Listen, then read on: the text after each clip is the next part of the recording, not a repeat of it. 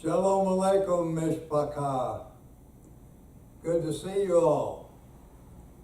I'm looking out here at your chairs tonight, and I want you to know that every one of you has a chair with your name on it out here, and it's waiting on you for Shabbat. So I hope to see you all on Shabbat. Last week we discussed the Beatitudes and suggested if they were put back into Hebrew, they would read happy rather than blessed. And we also considered some information from Dr. Robert Lindsay and the Jerusalem School of Synoptic Research to help in understanding what these words would have meant based upon a Hebrew foundation. What we found was that the tenses from the Greek tend to be future and past, whereas the Hebrew is present. And this makes a considerable difference in understanding. As Dr. Lindsay saw it, the different statements of Yeshua are here and now and not sometime in the future. And it made a great deal of difference to those people who were listening to him that day on the mountain. They could be a part of Adonai's kingdom right then, and they did not have to wait until they died. And the same is true for us today. When we trust Yeshua, we enter his kingdom. We're going to continue tonight with Matthew chapter 5, and we'll start with verse 13. Yeshua said, "You are the salt of the earth. But if the salt should lose its flavor, how shall it be made salty again?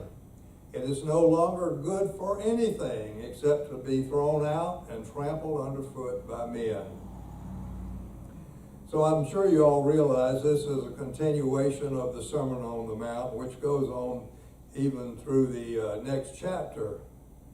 So what we see here is Yeshua seated on the mountain, teaching his disciples, and there's a crowd gathered around trying to catch every one of his words.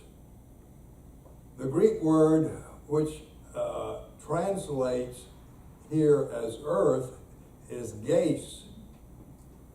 You are the salt of the earth. And that's the way the TLV translates it. That's one of its meanings. But if you look it up in the Greek, the other meaning is the land.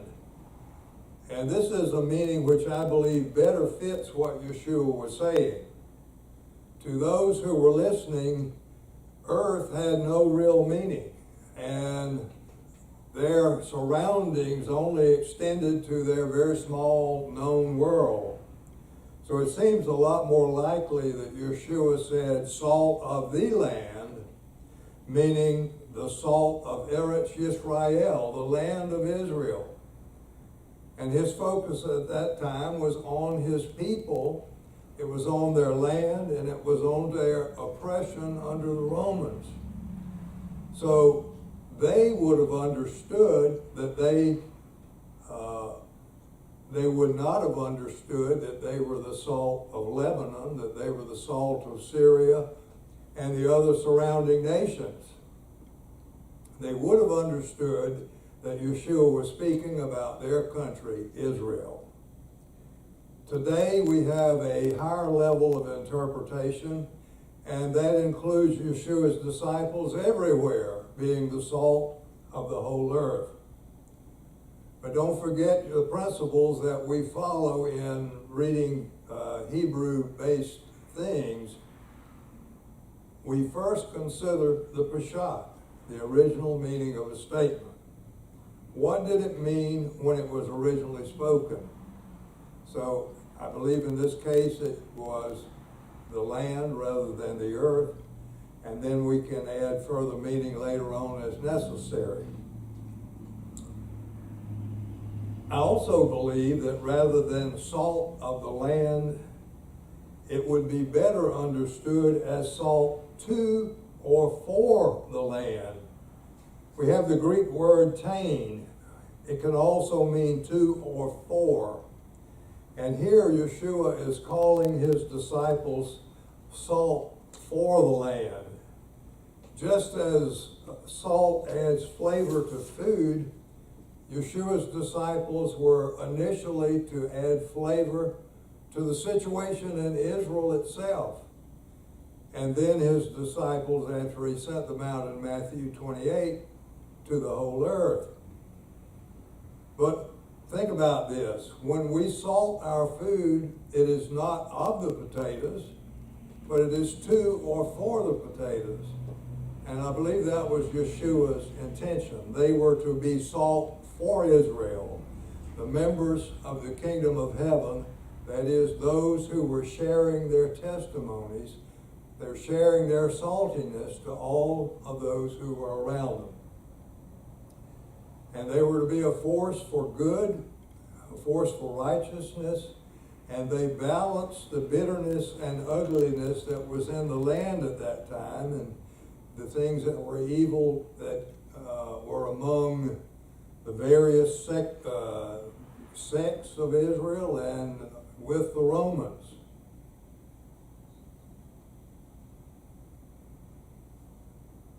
If the salt should use its flavor, how shall it be made salty again? Yeshua said flavor. Now, some see this phrase as relating to the preservative character of salt, and that's one way to look at it, I think. In the first century, salt was used as a preservative. In the temple, we know that the priests salted the meat sacrifices to prevent them from rotting, and maybe to even keep off the flies. And if you look at it in this way, maybe Yeshua's followers are to be those who preserve and correct the problems in the world. But I think that this is rather a secondary meaning. Yeshua said flavor. If we look at the Greek, it's moranthe, and it translates as tasteless, and that would support the meaning of loss of flavor. Incidentally, I'm not putting up these Greek words, but they are written in the printed version, which you can find on our website under the message tab if you want to look at these Greek words. But moranthe means tasteless, and Yeshua said the salt has lost its flavor. So we are to be the salt in the soup. That is, we are to be the flavor which changes and enhances a flavorless soup. And that's a world, a land in their day, a world now, which lacks Yeshua's message. Here's an interesting thing. I'm going to have to laugh when I tell it to you, and I hope you'll laugh too, but there's a discussion about salt and saltiness found in the Talmud, and I'm laughing already. But it can help us to understand what Yeshua was saying. There was a debate between Rabbi Yehoshua and a school of Greek philosophers from Athens. The philosophers attempted to stump him with a series of riddles. One of them was, when salt becomes unsavory, how can it be made salty again? And Rabbi Yehoshua answered their riddle with another riddle. He said, salt may be made salty again with the afterbirth of a mule. The philosophers objected to this. They said, does a mule have an afterbirth? Well, we farm boys and farm girls out there know that mules are born sterile and that they don't reproduce or they don't have afterbirth. And that was Rabbi Yehoshua's point. His reply to their question about the mule was this: and can salt lose its saltiness? Just as a mule cannot have afterbirth, the laws of chemistry make it impossible for salt to lose its saltiness.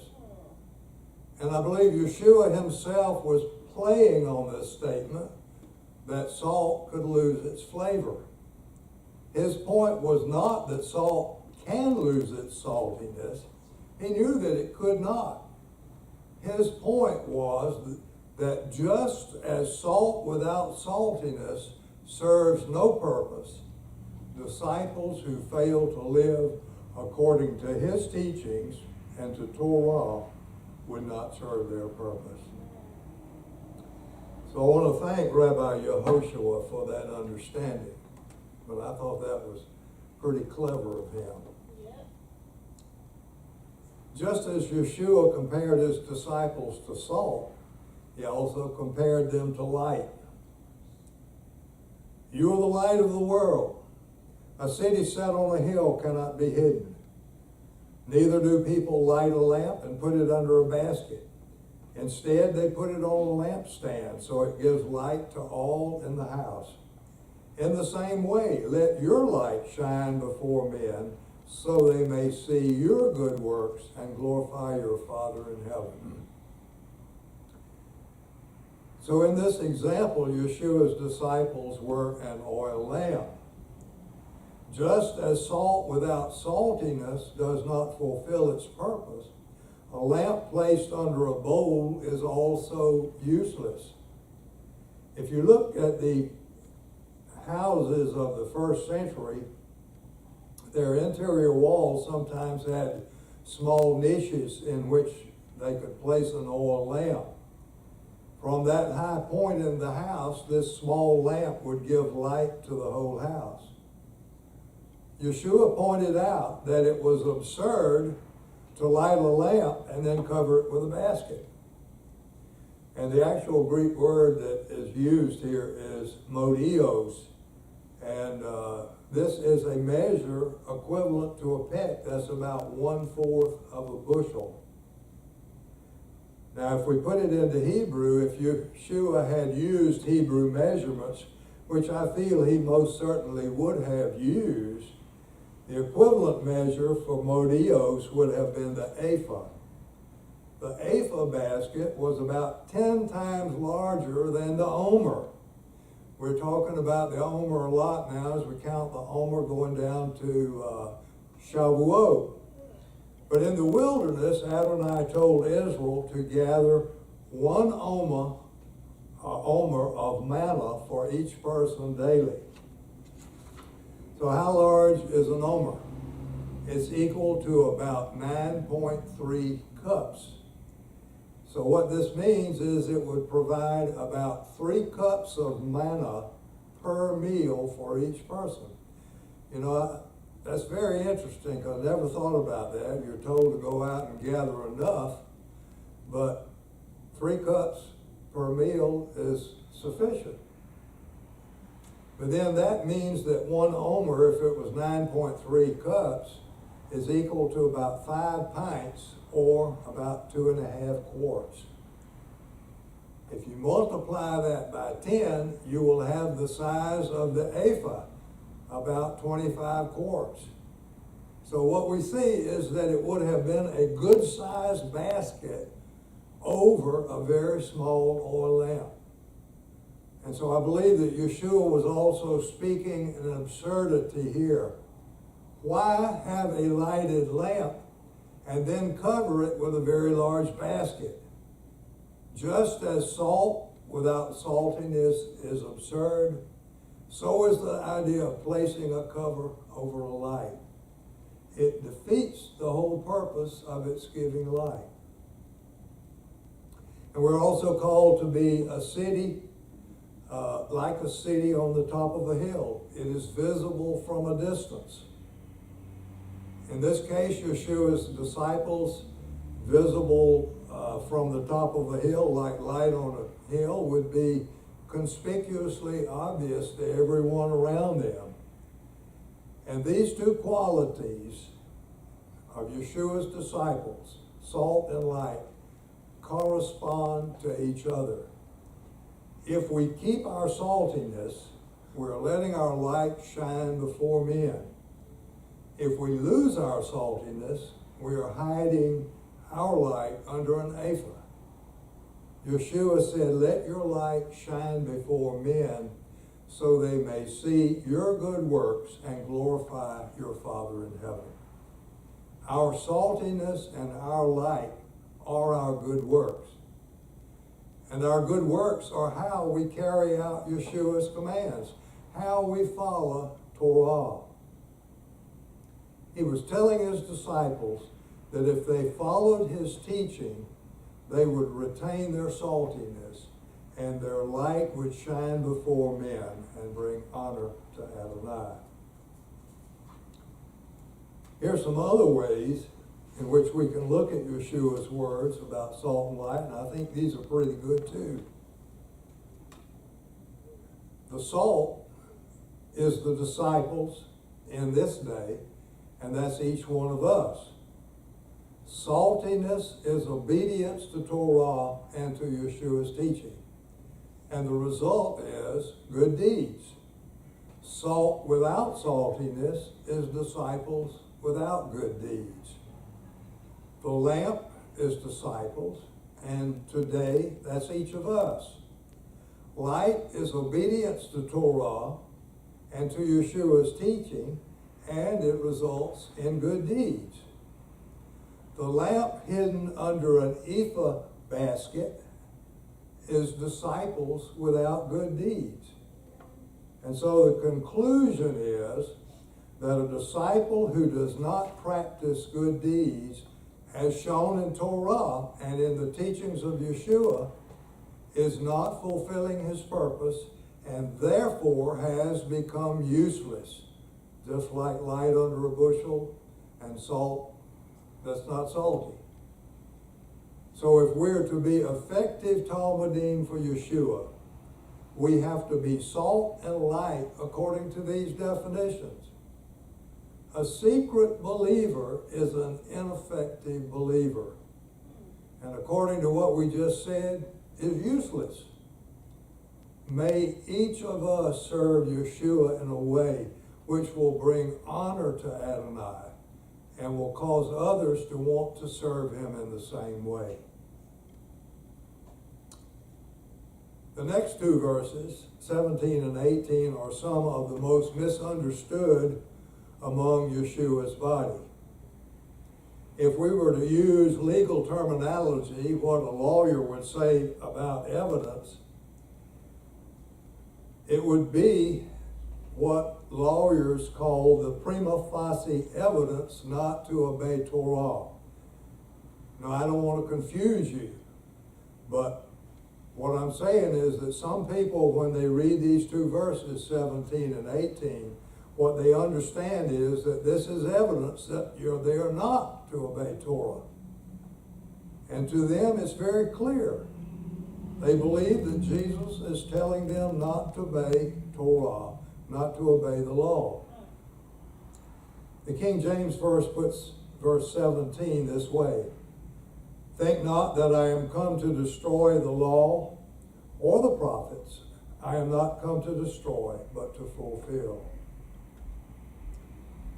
The word destroy in the Greek is kataluo, and it means to destroy or overthrow.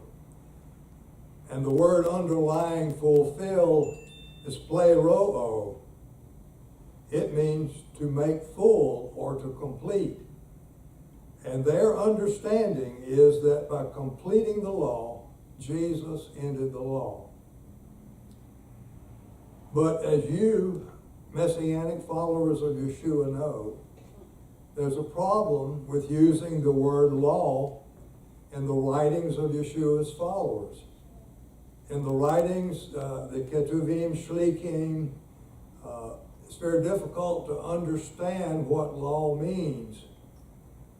Problem is that the Greek underlying the word law in English is nomos. And nomos means anything established, anything received by usage, a custom, a law, or a command. So it means any of those things. And I would have to say that Greek is a very expressive language, but unfortunately, it does not express the meaning of the word Torah. But Torah is what Yeshua, as a Hebrew speaker, would have said. Speaking so the crowds could understand him, he probably spoke in Aramaic. That was the language that Israel learned in their captivity in Babylon and then brought it back to Israel. But there's no question that the language of the synagogue and the temple was Hebrew. Hebrew would not have necessarily been used as an everyday language by the people, but it was used every Shabbat in the synagogues. Now, Yeshua is talking to a group of people in the Galilee. The people in the Galilee were spoken of derogatorily, primarily regarding their education and what they knew, by some of the scribes and Pharisees. They called them the Amharites. Amharites means the people of the land. They especially said this about Yeshua's disciples, meaning literally people of the land. That's not what they mean. They use it to mean simple and uneducated, what we might call country bumpkins. So they didn't think that those Galileans were capable of understanding the finer points of Torah. But even in Aramaic, the word Torah, there is an Aramaic phrase, mitzvot de oraita, which means from the Torah. So we find that the meaning of Torah was very similar in both Hebrew and Aramaic. As you know, in English, the Hebrew word Torah literally means teaching or instruction. But in the Ketuvim Shlikim in Greek, nomos is translated law. And why? Because that's the only Greek word available to render it. But that's a big problem when it comes to understanding. And it has conditioned many of Yeshua's followers for hundreds of years to have a kind of a knee-jerk reaction every time they hear the word law.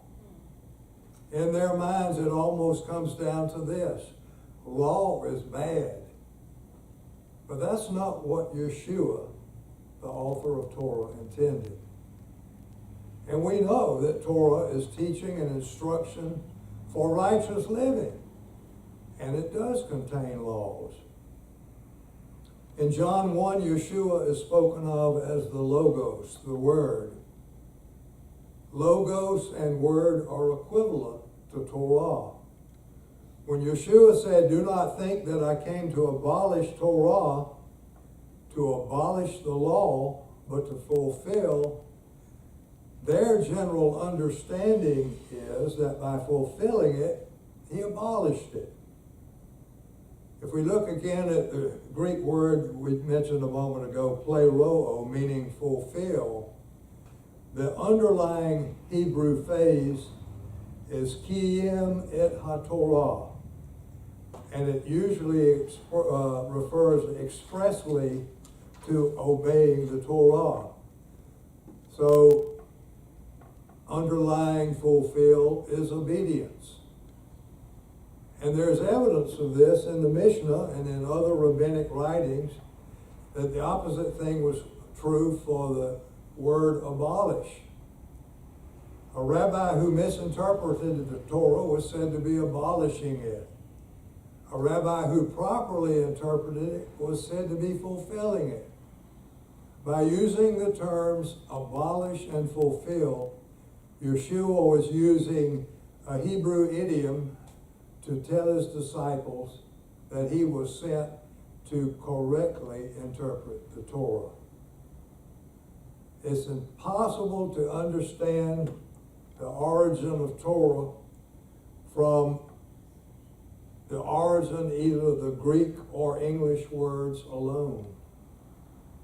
You have to know that here these are Hebrew idioms, and you have to know what they mean. Amen.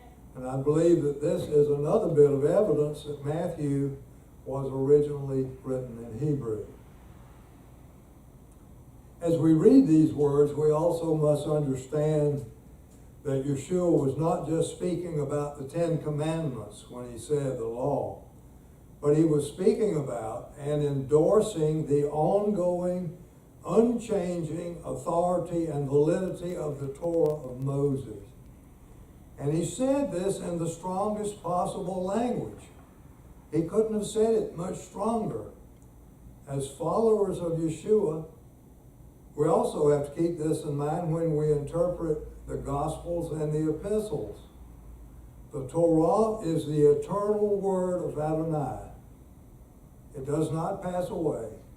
And we can't be going about picking and choosing which we're to keep and which we want to throw out.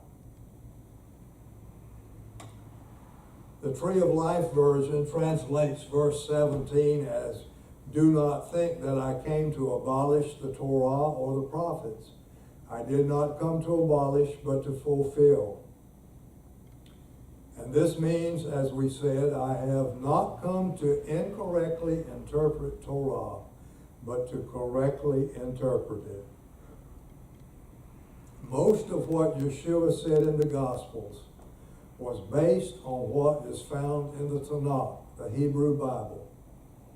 And as you know, the Hebrew Bible is composed of the Torah, the 5 books of Moses, the Nevi'im, the writings of the prophets, and the Ketuvim, the writings, the rest of the Hebrew Bible. So that's what he was talking about.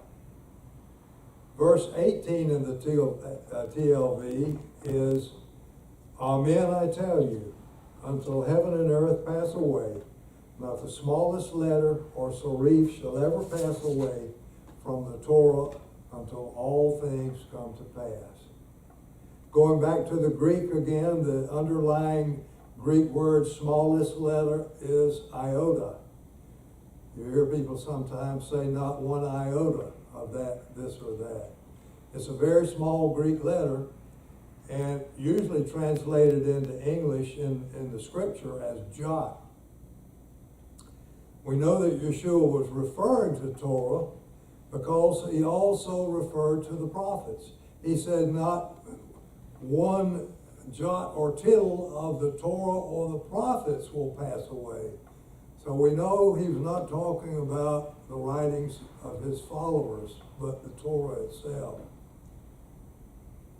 And when he said that, about that smallest letter, he was speaking about the Yod, the smallest Hebrew letter. And in saying this, he was making the point that because the Torah was so important, even the smallest letter in it would not be removed, not one yod. But he went even further than that. He went to something even smaller. The Greek says that not even a keraria, a little horn would be removed. And that sometimes you see this in Bibles as a stroke or a tittle. But the underlying Hebrew is coats, and you also see it sometimes in the Hebrew as thorn. In this case, Yeshua may have been thinking about a particular situation. He may have been referring to a scribe, a sofer, the Jewish scribe, who copied the Torah onto scrolls. And he took great care in copying each letter of the Torah. And even the smallest mistake that he would make would invalidate the whole sheet of animal skin. He'd have to throw it out and begin again. They have to be perfect. Sometimes it takes a year to complete it. And the same thing was true with the coats. That very small decorative mark on some of the letters. You have seen this on our Torah scroll.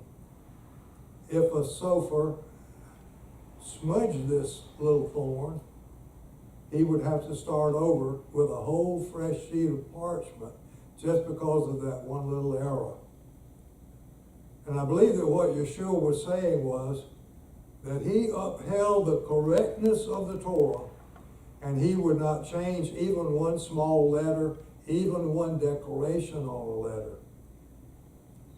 Because he stressed to his disciples that not a yod or a kotes would pass from the Torah, not until everything that must happen has happened, or in other words, unto all things come to pass.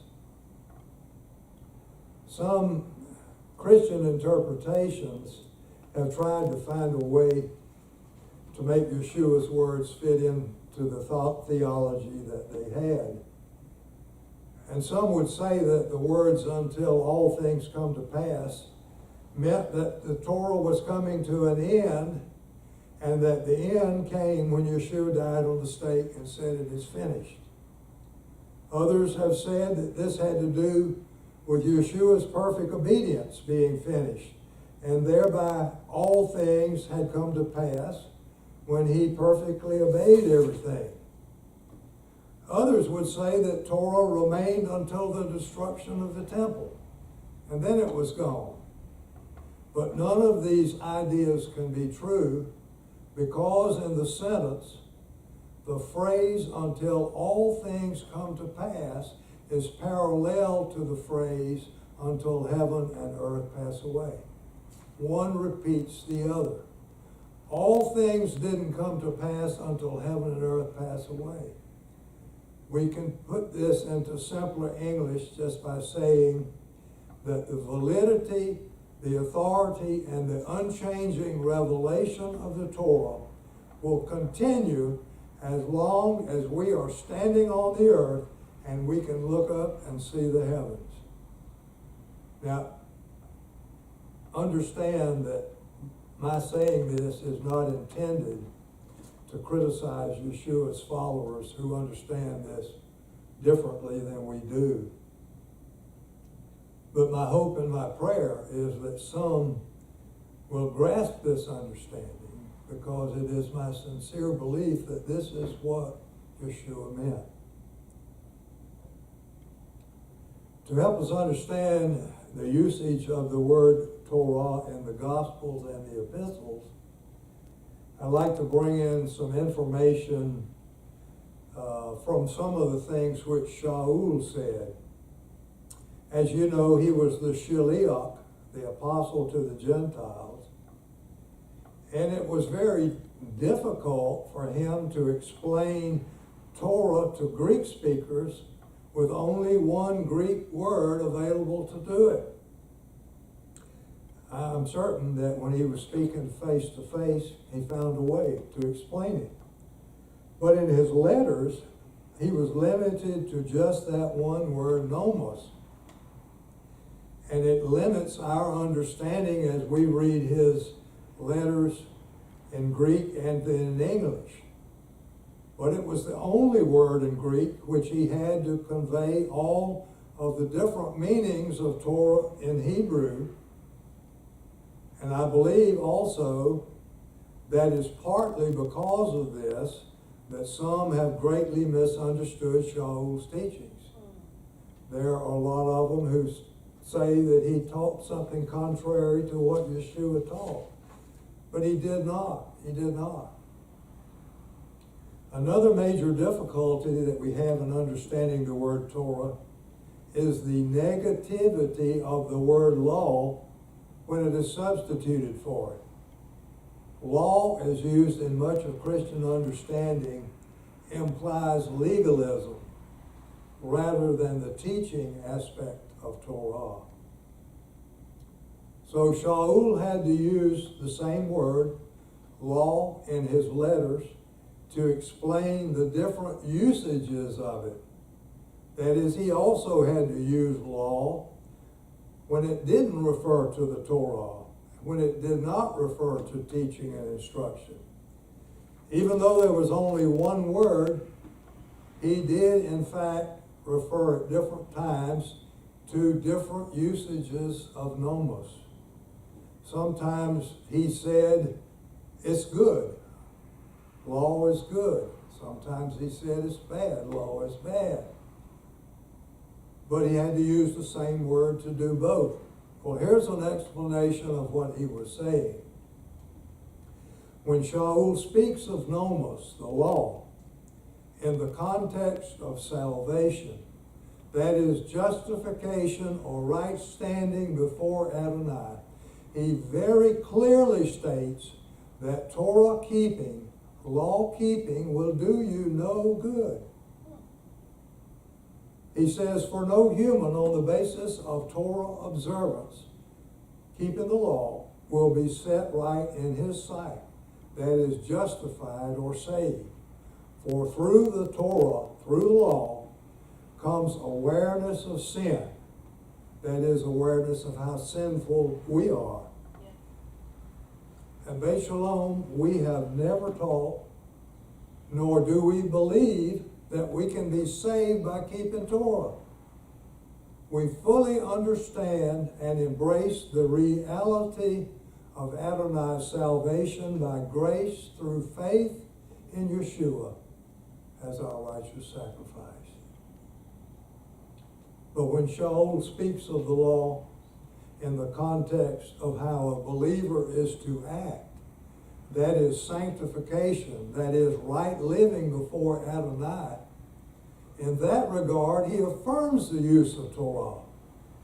Owe no one anything except to love one another, for the one who loves another has fulfilled the Torah. For the commandments, you shall not commit adultery, you shall not murder, you shall not steal, you shall not covet, and I've underlined, and any other commandment in the Torah are summed up in this one word, you shall love your neighbor as yourself. Love does no harm to a neighbor. Therefore, love is the fullness of the Torah. Shaul didn't just say, keep the 10 Commandments, but he included any other commandment. By keeping Adonai's teaching and instruction, Torah, true love is shown, both to Adonai and to Yeshua, and also to our fellow man. And Shaul further explained this. He said, but we know that the Torah is good if one uses it legitimately. We must use Torah in the way which Torah itself intends. The purpose of Torah is not to save us if we keep it, but by keeping it, it is a guide for our conduct. That's what it means. It won't save us, but it guides us in the way to live before our Father. And this is what those of us in Messianic Judaism have to remember today, that we are to use Torah only in the way it's intended. We understand that Shaul said the Torah is not intended for salvation, and so we don't use it for that.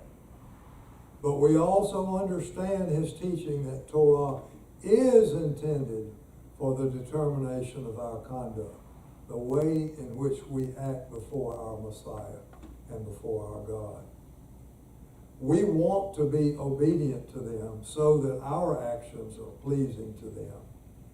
Obedience to Torah does not mean to provide a means of salvation for anyone, but it is a way of life for those of us who are already redeemed. That's a really good statement. Torah does not provide a means of salvation for anyone, but it is a way of life for those of us who are already redeemed. And two other ways in which Shaul uses the word law, maybe more, but I know of two. In Romans 8:2, he speaks of the law of sin and death. Even though some may think law brings death, this is not Yeshua's use of the word Torah. Shaul said this, for the law of the Spirit of life in Messiah Yeshua has set you free from the law of sin and death. In this verse, Shaul is contrasting the law of sin and death. What is the law of sin and death? That is trying to obtain salvation by keeping laws. He is contrasting this with the law of the Spirit, which provides entry into life with Messiah Yeshua through faith. So we see that the law of sin and death doesn't mean that the Torah is death. Shaul is contrasting a works salvation with salvation by faith. And some people believe in a works salvation, but they're going to be sadly mistaken at some time in their life or death. Going down to verse 19, Matthew 5:19 is a verse that's not very often quoted by those who say that Yeshua fulfilled the law and it's no longer in effect. It says, "Therefore, whoever breaks one of the least of these commandments and teaches others the same shall be called least in the kingdom of heaven. But whoever keeps and teaches them, this one shall be called great in the kingdom of heaven." Yeshua is saying to each of us that the very small commandments are just as important as the larger ones. In another scripture, he said, "Woe to you, Torah scholars and Pharisees, hypocrites! You tithe mint and dill and cumin, yet you have neglected the weightier matters of Torah, justice and mercy and faithfulness. It is necessary to do these things without neglecting the others." If we correctly interpret this, Yeshua was chastising some hypocritical Pharisees because they were neglecting the weightier measures of the Torah. What they were doing was not taking care of their elderly parents. They weren't supporting them financially.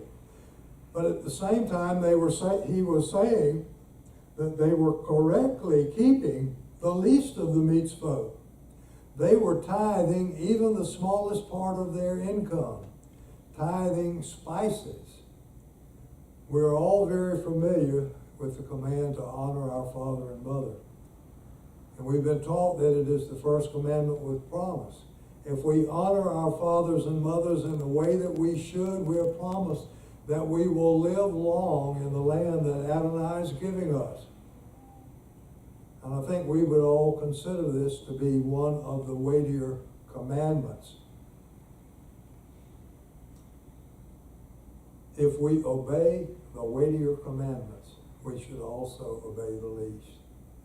And who is to say what is the least but Yeshua? Amen. So when we evaluate them, as he said, we've got to look at all. We can't throw one out. Those who disobey the least of the commandments and teaches others to do so will be called least in the kingdom of heaven. This doesn't mean that they're excluded from the kingdom. Yeshua said they are in the kingdom. What it means is that they will rank low among those in Yeshua's body, while those who keep the Torah commandments and teach others to do so will be considered great in his body.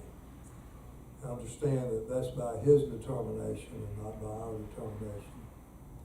As we've said, the kingdom of heaven is an epithet for those who have chosen to follow Yeshua.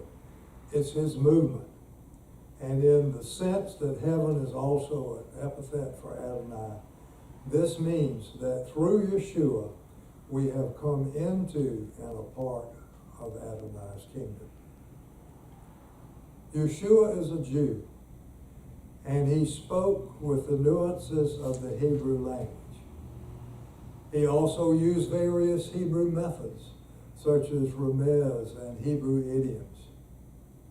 We can better understand what he wishes for us to understand by going back to the source, rather than by trying to interpret the Hebrew and the Greek words after they have been brought into English. Shalom Aleichem.